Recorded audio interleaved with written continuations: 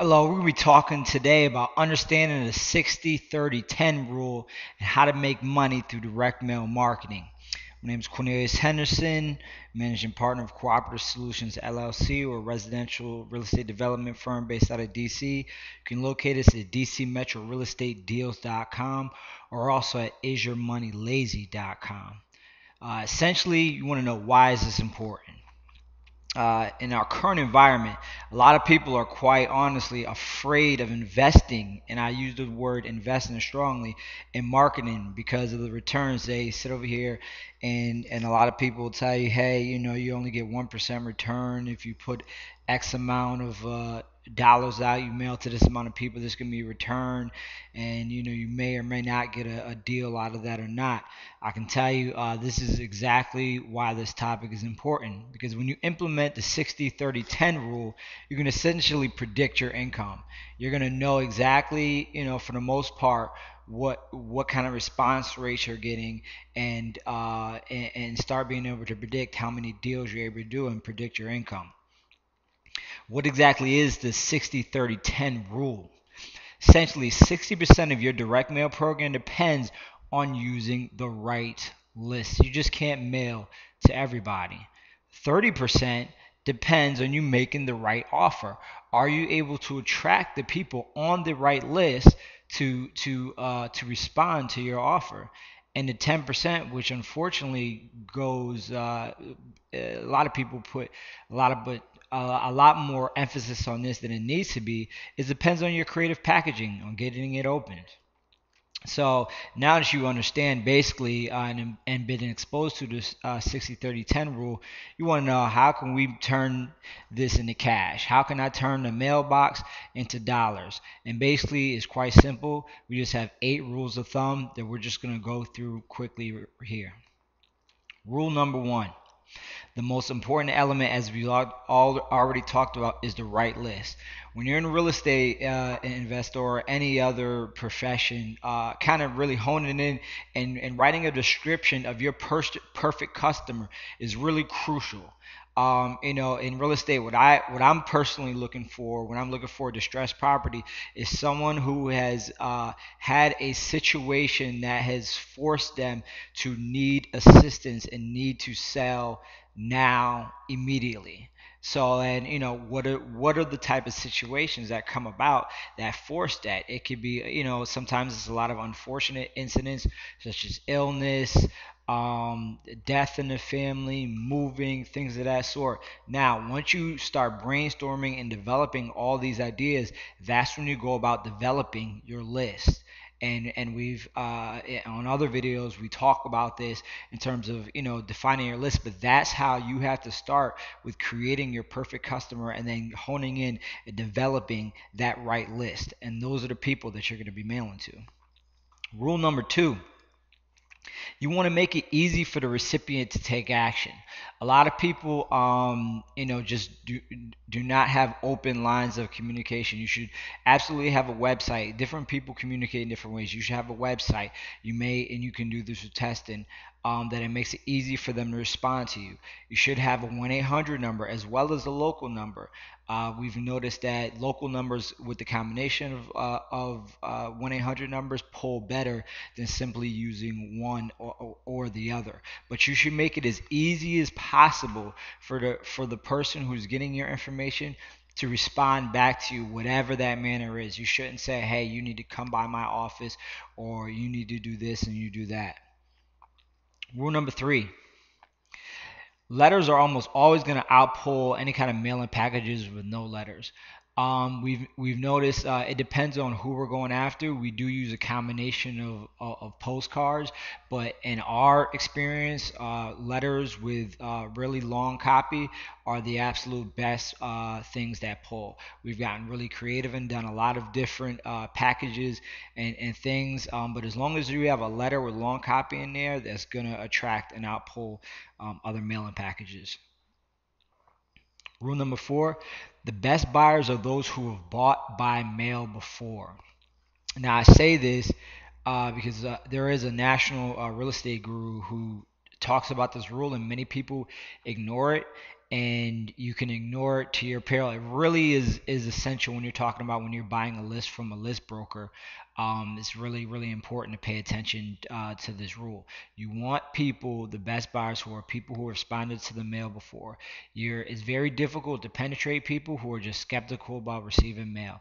It's just that simple. So if you follow that rule, especially when you're targeting through a particular list through list brokers, you want to add this to your criteria when you're obtaining that information.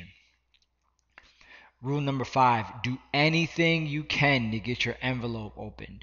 I've put one funny thing that we did to landlords is we put a little army men inside the envelope, so they got it, and we're like, what in the world is this little, this little thing in the envelope?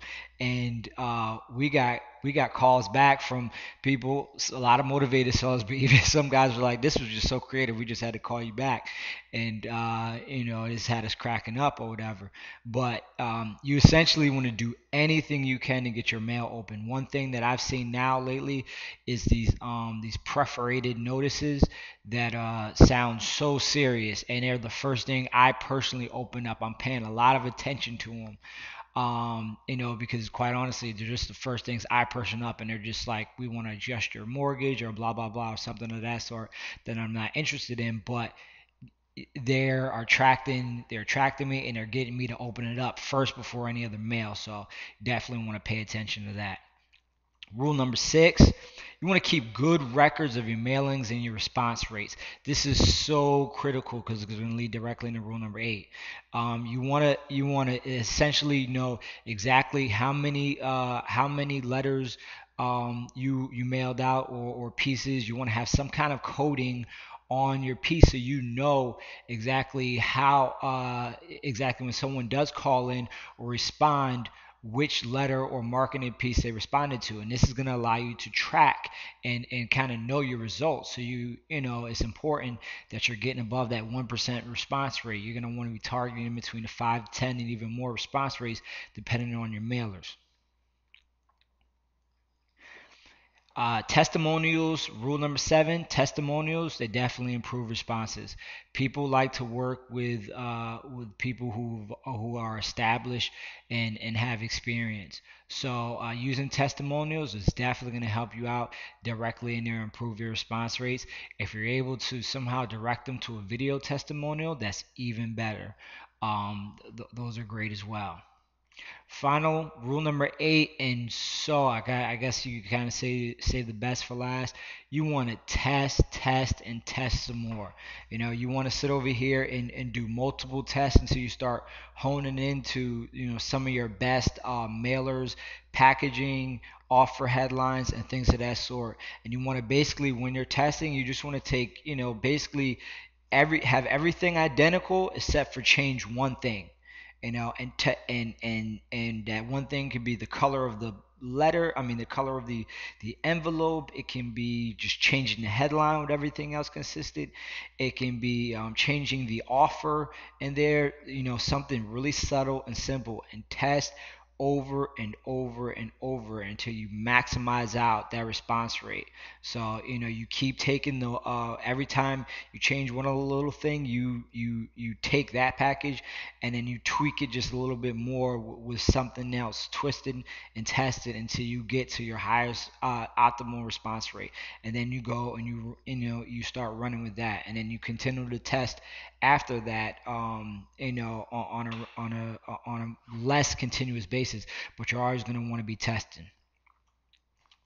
All right, in conclusion, just remember the 60-30-10 rule. It's critically important, and right now in this current market environment, I can tell you a lot of people aren't direct mailing, especially in the real estate industry, and it's a lot of distressed homeowners not being contacted and not getting the help that they need. They're actually a lot of them are going through realtors and other means, but we're seeing a lot of wholesalers aren't getting back to the bread and butter of direct mailing, and they're not getting the right list.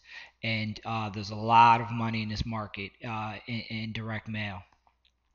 Commit to a regular marketing program. You want to make sure you start small. Don't go creating your whole new program or a whole new.